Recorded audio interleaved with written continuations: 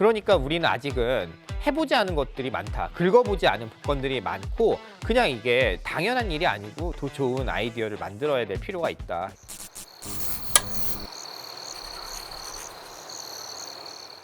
안녕하세요. 저는 경남대학교 사회학과 양승훈 교수입니다.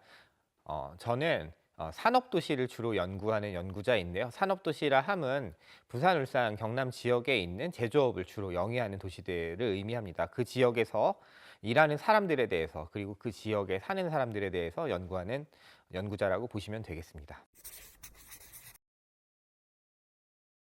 울산이 추락한다고 하면 의아해하시는 분들이 많아요. 당연히 뭐 추락할 수 있겠지만 사실은 뭐 괜찮은 거 아니야 이렇게 얘기하거든요. 뭐 경기 너무 좋잖아. 뭐 자동차 지난 분기에 뭐 2등 했다며. 현대중공업은 뭐 세계 1등이라며. 현대자동차 위에는 뭐 이제 폭스바겐하고 토요타밖에 없네. 뭐 이런 얘기 하죠. 사실 다 사실이에요. 근데 문제는 현대자동차, 현대중공업이 잘 나가도 그 과실이 벌게 되는 돈이 어디로 가는지를 잘 알아야 하고 거기서 고부가 가치가 어디에 있는지를 잘 이해해야 됩니다. 그래서 아까 말씀드린 것처럼 우리 공장의 엔지니어와 생산직들이 같이 있었다면 연구소와 설계동이 처음에는 다른 건물로 빠져나갔고 그 다음에 수도권으로 향하게 됩니다. 이 과정이 1980년대부터 2010년대까지 30년에 걸쳐서 천천히 전개가 됩니다. 회사들이 이제 연구소를 수도권에 짓기 시작하고요. 현대자동차의 경우에는 이제 86년에 남양연구소를 짓겠다고 결의를 하고 10년 동안 지어서 96년에 완공을 해요.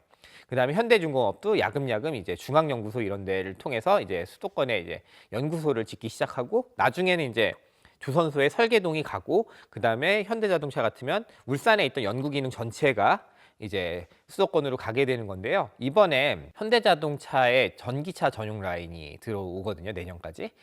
들어오게 되면 이제 거기 전기차 잘 만들겠죠. 근데 상징적인 사건이 하나가 있어요. 그 자리가 원래 자동차 시험 평가동이거든요. 거기를 뜯고 공장을 세웠어요. 그 얘기는 이제 현대자동차는 울산에서 머리 쓰는 일은 만들기 전에 우리가 고민하는 일은 하지 않고 여기는 차를 만들기만 한다. 이런 거거든요. 이제 그러한 과정들을 이제 점점 겪으면서 이제 벌어지는 일을 상징적으로 한마디로 요약하자면 대졸자의 일자리가 사라지는 일들이 30년에 걸쳐서 전개됐다 이렇게 볼 수가 있는 거고요. 이제 연구소가 갔어요. 수도권으로 갔고 엔지니어링 센터도 갔어요. 그랬더니 공장도 최근에는 이제 수도권에 짓게 되는 거예요. 중요한 공장들을. 예전 같으면 이제 수도권 규제가 있기도 하고 중공업에 속하는 산업들은 사실은 대부분 동남권에 혹은 이제 뭐 남해안 벨트에 있는 곳에 이제 공장을 짓곤 했는데요. 최근에는 그냥 아무렇지 않게 수원, 화성, 평택, 아산, 서산, 경기 남부나 혹은 이제 충남 지역에 공장들을 짓고 있는 거죠. 그래서 왜 거기다 지어요? 라고 물어보면 여기에 좋은 인재가 있다. 좋은 인재는 여기보다 남쪽으로는 안 오니까 우린 여기다 짓는다라고 말을 해요. 기존에 우리 울산을 보자면 울산은 이제 진짜 생산 기지로 전락하게 됐다고 말할 수가 있는 거죠. 그런 상황 속에서 그럼 우리 현대자동차로 가볼까요? 현대자동차는 이제 공중부양하게 됐다고 제가 이제 표현을 자주 하곤 합니다. 무슨 말이냐면 현대자동차는 지역에 원래 뿌리를 두고 있었단 말이에요. 울산이라는 지역에서 울산 공장이라는 곳을 매개로. 근데 이제 지역 별로 안 중요해지고 있고요. 노동자들의 숙련 되게 중요하게 생각했죠. 그래서 엔지니어들하고 협업을 많이 했죠. 근데 이제 별로 안 중요하게끔 자동화가 많이 전개가 되고 모든 혁신은 엔지니어가 주도하는데 이분들은 다 수도권에 있어요. 자동차의 주요한 연구 개발도 이제 울산에서 수행하고 가장 큰 공장이 울산에 있다 보니까 그 근처 부산, 울산, 경남 넓게 보면 영남까지의 사실은 이 업체들이 있었고 현대자동차가 이윤을 박하게 준다 이 욕을 많이 먹었어요. 사실은 부품 업체들에게 이익률을 많이 못 나게끔 계속 단가를 후려친다 뭐 이런 이야기가 있었는데 이제는 그렇게 하지 않아요. 그 업체들은 근데 그 전에 그럼 왜 이윤을 어느 정도 포기하면서도 납품했냐면 챙겨줬기 때문이에요. 물량을 계속 주고 장기적인 거래를 텄기 때문에 사실은 이윤을 박하게 주더라도 버틴 거거든요. 근데 이제는 그렇게 하지 않고요. 그냥 글로벌 메이커가 되시면 우리가 사갈게요. 대신 이제 거꾸로 말하면 챙겨주지 않을 테니까 당신들이 살아서 우리에게 좋은 물건을 가져와라. 그러면 이제 기존의 업체들이 열심히 하면 되죠. 열심히 하면 되는데 그 전까지 사실은 너무 이윤 없이 유지해 왔기 때문에 R&D 할 역량이 안 되는 경우가 많고 설비 투자도 안 해왔어요. 그러면 다른 메이커들, 글로벌 메이커의 납품이 쉽지가 않죠. 그러다 보니까 그 업체들이 대부분거든요. 이 부울경에 다 있는 거예요. 그러니까 현대자동차는 드디어 이제 다 해방된 거죠. 지역 노동자 부품업체 자기들은 최고의 이윤으로 향하고, 그러니까 실적이 좋은 걸 수도 있어요, 최근에. 그리고 그거는 더 가팔라질 것이다. 이게 이제 울산이 보여주는 전망인 거죠. 네, 뭐 여러 가지 계기가 있었던 거죠. 첫 번째는 이제 노동의 측면에서 이야기를 해볼게요. 다들 아시겠지만 우리나라 노사 관계가 아주 뭐 이렇게 즐겁지는 않았어요. 사실은 굉장히 많은 투쟁이 있고 파업이 있고 뭐 크레인에 올라가기도 하고 뭐 이런 일들 벌어졌다는 건 굉장히 노사 관계가 적대적이었다. 근데 또 다른 한편에서는 사실은 담합적이었다. 무슨 말이냐면 서로 좋지 않게 생각한다. 왜냐하면 이런 거예요. 회사가 처음에는 좀 생산성을 높여주길 기대했어요, 노동조합한테. 왜냐하면 임금을 올려줄 테니 당신들도 회사에 뭐 좋은 품질로 제품을 만들어 주시고 그다음에 빠르게 만들 수 있게 생산을 좀 혁신하는데 기여해 달라. 여러분들이 아이디어가 있으면 제안해 달라. 여러 가지 기능을 할 수 있으면 여러분들이 여러 능력을 갖고 있으면 좋겠다 이랬는데, 그 말을 이제 서로 잘 듣지 않게 되는 상황이 되면서 포기합니다. 그러면서 회사는 그저 그냥 우리가 물량을 빨리 쳐내고 나가야 되니까 당신들 방해만 하지 말아라.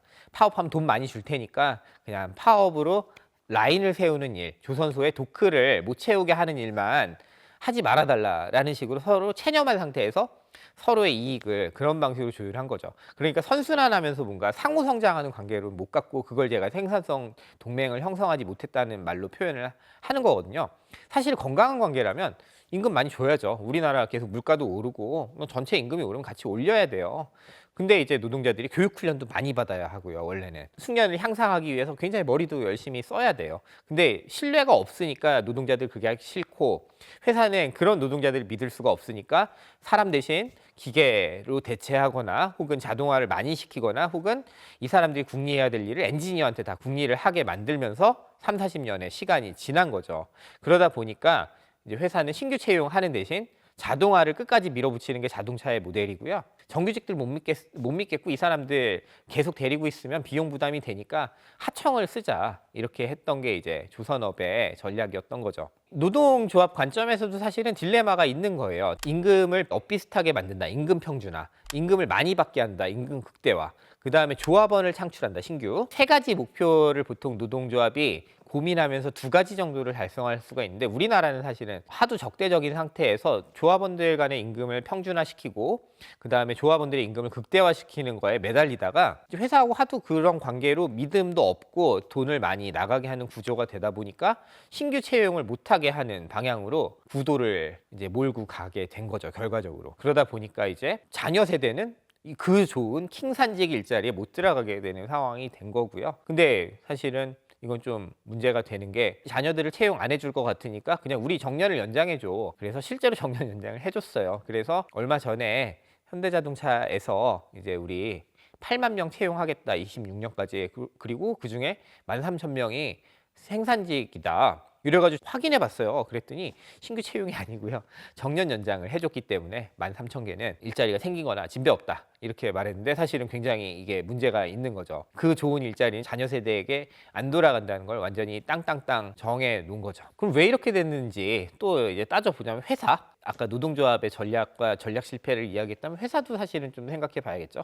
아까도 말씀드린 것처럼 현대자동차는 원래 같이 생산직들과 엔지니어들이 협업하고 숙련도 극대화시키고 자동화도 좀 하고 두 가지를 항상 고려했던 회사예요. 그래서 이제 일본식은 작업자들의 숙련에 굉장히 의존하고, 그다음에 독일 같은 경우도 비슷한데 숙련도 높여놓고 자동화도 맞춰가면서 높이는 그런 모델이거든요. 그래서 우리는 일본, 독일의 그 모델이 하나가 있었고, 또 하나 미국 모델이에요. 여기는 뭐 노동자들 숙련 필요 없고 최소화, 어떻게든 사람 덜 쓰게 하는 모델, 그 미국 모델이라고 볼 수가 있는데, 일본, 독일, 미국 모델 이렇게 놓고 하다 결국에는 노사 관계도 안 좋고 저 사람들 교육도 안 받는 것 같고 맨날 싸우자고 드니 그냥 저 사람들의 영향을 줄이자, 그래서 생산 차질을 없게 하자, 그러면서 이제 미국 모델을 완전히 선회한 거고요. 그러면서 이제 연구소의 기능이 더 커지고 또 이제 노동조합과 영향을 안 받게 하려고 일부러 더 수도권으로 간 것도 있어요. 그쪽에는 이제 공장이 없으니까. 현대자동차는 남양에서 다 합니다. 똑같은 공장을 이쪽에다가 라인을 만들어 놓고 여기서 테스트한 다음에 그 울산 공장에 그대로 갖다 넣는 거거든요. 노동자들 의지가 들어갈 여지도 없고,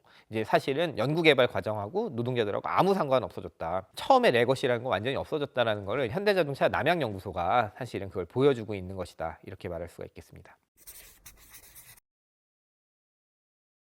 뭐 이런 얘기를 막 쭉 하다 보면 듣다가 아유 참 힘들겠네요. 말씀을 하시다가도 이런 말씀을 하세요. 어쩔 수 없는 거 아니야? 누가 요즘에 지방 가서 근무하려고 해. 근데 이제 이런 일들이 계속 벌어지면서 우리 한국 사회가 갖게 된 문제 뭡니까? 너무나 집값은 올라가죠. 경쟁이 너무 치열하니까 청년들이 연애, 결혼, 출산 미뤄요. 그러니까 뭐 어떤 사람들은 그거 페미니즘 때문이다 막 그렇게 말하지만 그냥 가서 지금 이 경쟁 압력을 버티기가 힘들어요. 좋은 일자리가 좀 있죠. 근데 거기에 모두 다 달려들어요. 너무 경쟁이 심해요. 나는 그냥 사실은 안정적으로 적당한 임금을 받으면서 그냥 열심히 성실하게 살아서 가족과 같이 살고 싶어. 이런 꿈을 수도권에 갈수록 가지기가 어려워요. 그 얘기는 달리 말하면 수도권이 2,500만 이상의 인구를 받아낼 역량이 안 된다는 거거든요. 그럼에도 몰려간다면 사실은 그걸 완화시켜줄 기제가 필요한 건데 그 완화시켜줄 기제 중에 지금까지 우리가 역사적으로 검증한 건 제조업 일자리였는데 그게 지금 어려워지고 저출생, 고령화라는 문제가 더 심화되겠네. 지방 소멸이 더 가속화되겠네. 이런 전망이기 때문에 우리가 이걸 그냥 어쩔 수 없는 일로 치부하면 안 돼요. 사실은 여러 가지 해법을 우리가 모색을 해봐야 하고요. 사실은 그거에 대해서 아이디어가 없었던 것도 아니에요. 이 문제를 어떻게 풀까에 대해서 뭐 예를 들면 동남권 메가시티 지금 뭐 부산이나 뭐 경남이 최근에 뭐 통합 논의도 하지만 이런 아이디어들이 있었고 또 한편으로는 이제 청년들이 많이 오가면서 혁신의 역량을 발휘하기도 하고 좀 살기 좋은 지역으로 그다음에 연구소가 좀 입지하기 좋은 지역으로 하기 위해서 교통이 굉장히 중요한 요소가 있거든요. 그래서 뭐 도시철도를 놓고 부산, 울산, 경남을 좀 연결하면 부산에는 대학이 많고 연구소도 있는데 제조업 일자리가 없고 그다음에 대기업 관점에서는 공장만 있으니까 이쪽에는 투자하기가 싫어. 뭐 좋은 인력이 없어. 그러면 좋은 인력은 부산에서 공수하고 지금 현재 공장들을 고부가 가치로 만들면 되는 거잖아요. 이것도 일종의 기회였던 거죠. 근데 이걸 제대로 해보지도 못하고 그냥 닫아버렸잖아요. 그러니까 우리는 아직은 해보지 않은 것들이 많다. 긁어보지 않은 복권들이 많고 그냥 이게 당연한 일이 아니고 더 좋은 아이디어를 만들어야 될 필요가 있다. 이렇게 보는 거죠. 그리고 이제 수도권이 제조업을 영위하는 게 뭐 어때? 그리고 요즘에 현대자동차가 아까 말씀드린 것처럼 부품 기자재 부울경에 있는 업체들로부터 조달하지 않고 막 해외에서 잘하는데 그래서 돈 많이 벌면 되는 거 아니야? 좋은 품질 차 만들면 되는 거 아니야? 요즘에 조선 기자재도 중국에서 많이 조달하거든요. 원래 조선업이 우리나라에서 중요한 이유는 세 가지 이유예요. 첫 번째는 사람을 많이 고용한다. 두 번째는 많은 부품을 국산으로 쓴다. 그다음에 세 번째는 방위 산업을 한다. 근데 사람은 외국인으로 대체. 그다음에 업체는 중국에서 많이 조달하기 시작해서 국산화율이 깨져. 그러면 이제 정부가 이런 기업들을 나중에 살려줄 이유가 있을까요? 뭐 좋아요. 근데 그럼에도 불구하고 해외에서 조달을 했어요. 근데 요즘에 이제 옛날처럼 세계화된 시대에서 뭔가 지금 이상한 조짐들이 많아요. 미국과 중국의 분쟁이 경제적으로 굉장히 심화가 돼 있고 중국에서 가져온 소재 부품 장비를 갖다가 쓰면은 그거를 미국이나 미국에 영향이 미치는 권역이 수출을 못하게 되는 상황이 올 수도 있어요. 그러면 어딘가 다른 곳에서 조달해야 되는데 울산을 반경으로 해서 이 근처 동남권에 다 있거든요. 그럼 그 가치 사슬 속에 있는 소재 부품 장비 기업들이 단단하게 있고 경쟁력을 갖고 있고 오히려 거꾸로 세계에 수출할 수 있는 회사들이 돼야지 사실은 위기가 왔을 때 대응이 가능하고 복구도 가능한 거거든요. 근데 지금 그러한 문제는 사실은 지금 이런 논의에서 빠져 있는 거죠. 미국이 최근 10몇 년 동안 제조업에 투자를 많이 했습니다.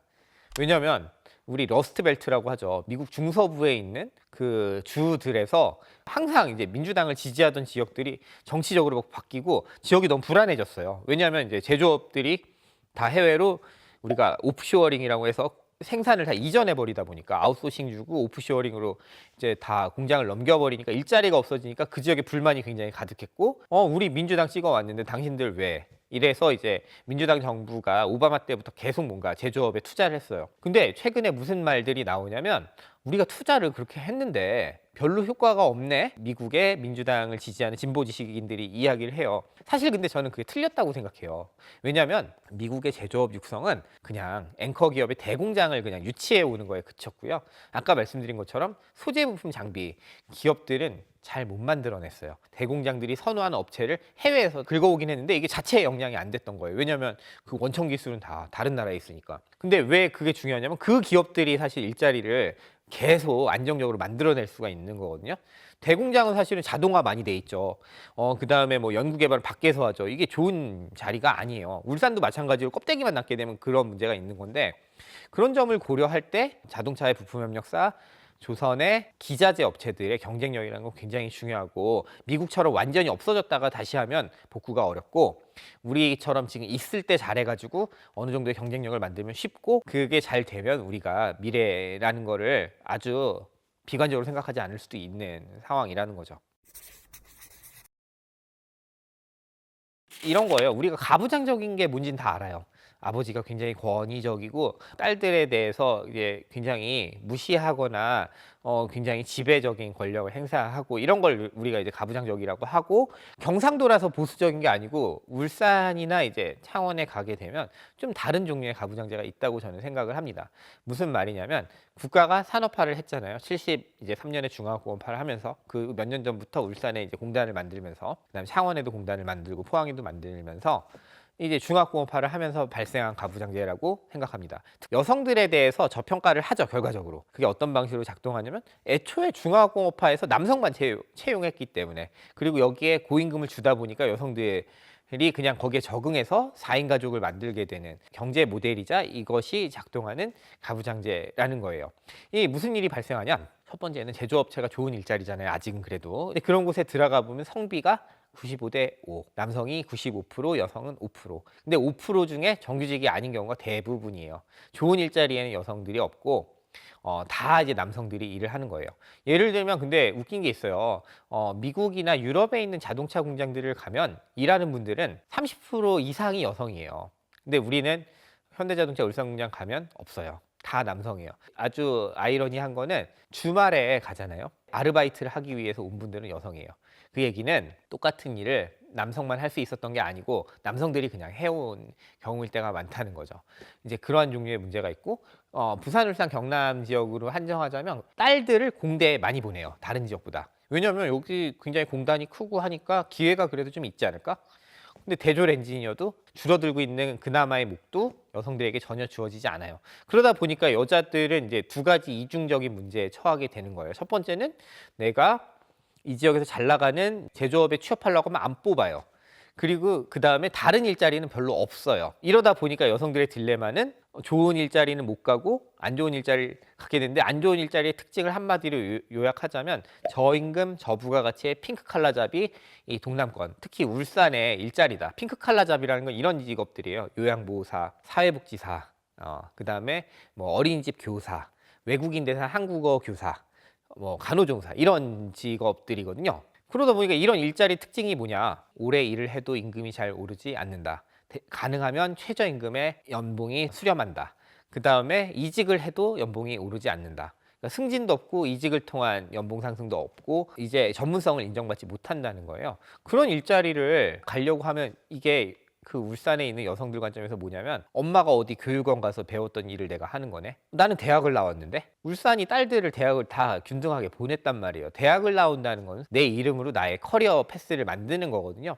내가 미약하지만 점점 일을 잘 하다 보면 임금이 뛰기도 하고 승진을 하기도 하고 더 좋은 위치에 간다는 건데, 그 약속을 전혀 주지 못하는 도시가 울산이라는 거죠.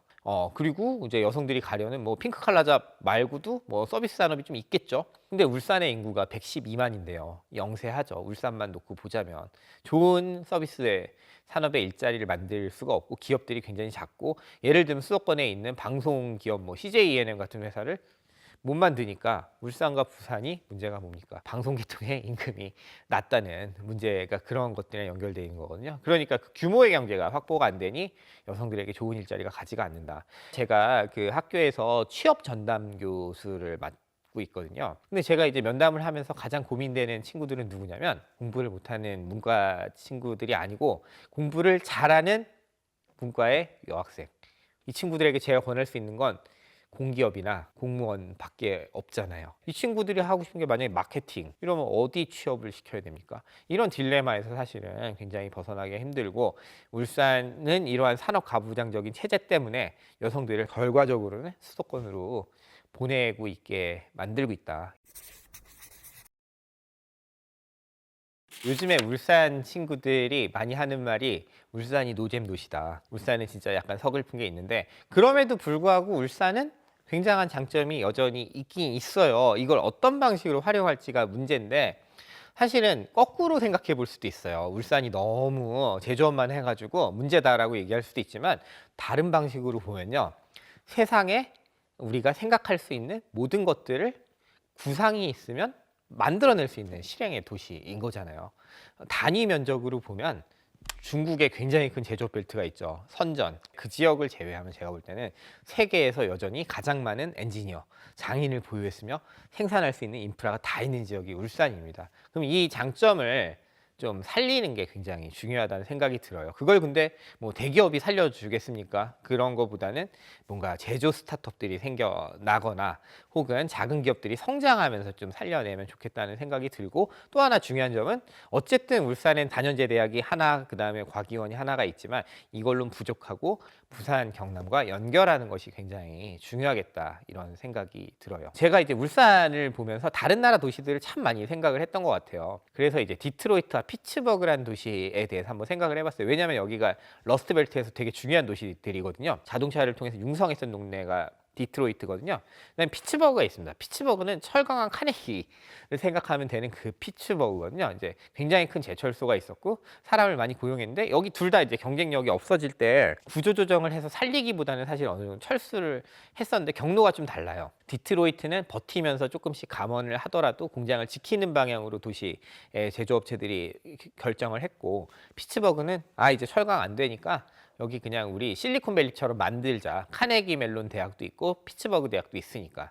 그랬더니 이제 예를 들면 디트로이트는 굉장히 소득이 많이 떨어졌어요. 다른 하이테크를 못 하니까. 그럼에도 불구하고 그때 일하던 사람들의 소득은 그래도 어느 정도 유지를 했어요. 그리고 불만을 누그러뜨릴 수가 있었죠. 그럼에도 불구하고 피츠버그 같은 곳은 하이테크를 하는 대졸자들의 일자리는 좀 늘어나가 좋았거든요.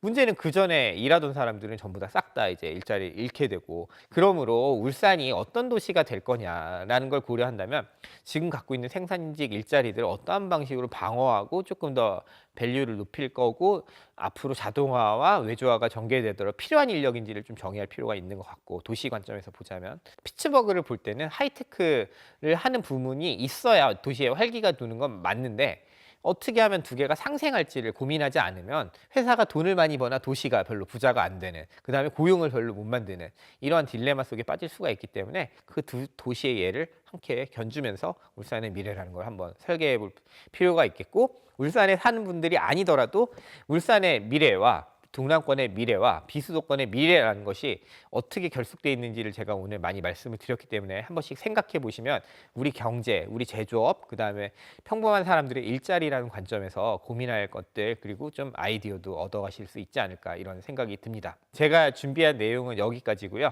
내용이 유익하셨다면 구독과 좋아요, 알림 설정까지 부탁드리겠습니다. 감사합니다.